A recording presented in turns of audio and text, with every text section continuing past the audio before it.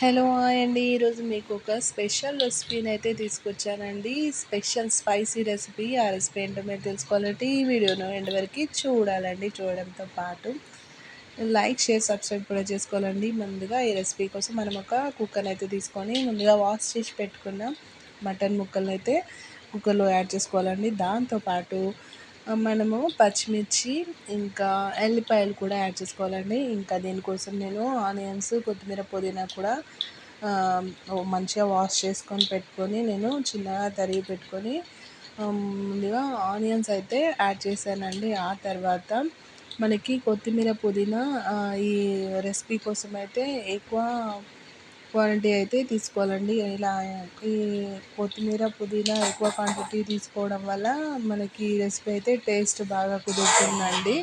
So నేను అందుకనే కొత్తిమీర, పుదీనా ఎక్కువ క్వాంటిటీ అయితే వేసానండి. ఆ తర్వాత దీనికి కావాల్సిన స్పైసీ రెసిపీస్ మసాలాలు కూడా ఉంటాయి కదండి, అవి కూడా నేను యాడ్ చేస్తానండి. ముందుగా అయితే ధనియాలు యాడ్ చేస్తున్నానండి. ధనియాలు యాడ్ చేసుకున్న తర్వాత యాలకులు, లవంగాలు,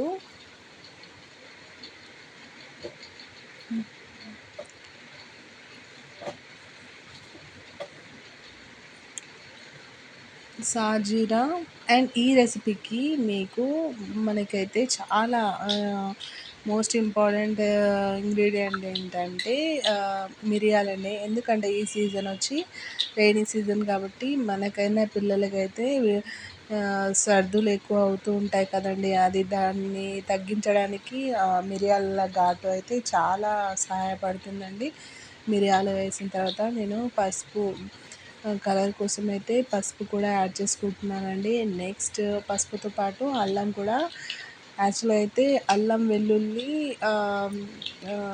అయితే వేసుకోవాలి, కాకపోతే నేను పేస్ట్ యాడ్ చేస్తున్నానండి.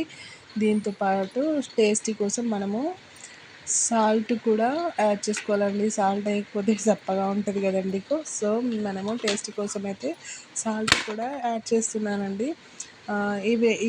ఇవన్నీ ఉడకడానికి మనము నేనైతే ఒక 250 గ్రామ్స్ మటన్ ముక్కలను అయితే తీసుకున్నానండి. అవి ఉడకనికే నేను 2 గ్లాస్ ఆఫ్ వాటర్ తీసుకొని వాటర్ యాడ్ చేసి నేను కుక్కర్ మూత అయితే పెట్టి నేను స్టవ్ వెలిగించి స్టవ్ మీద అయితే పెట్టానండి. ఇది బాగా ఉడకడానికి నేనైతే మ్యాక్సిమం ఒక 10 విజిల్స్ వచ్చేదాకా వెయిట్ చేశానండి. చూసారు కదండి, రెడీ అయిపోయింది. అదే అండి, బొక్కల సోర్వా అంటారు తెలుగులో అయితే. రెడీ అయిపోయిందండి టేస్టీ రెసిపీ.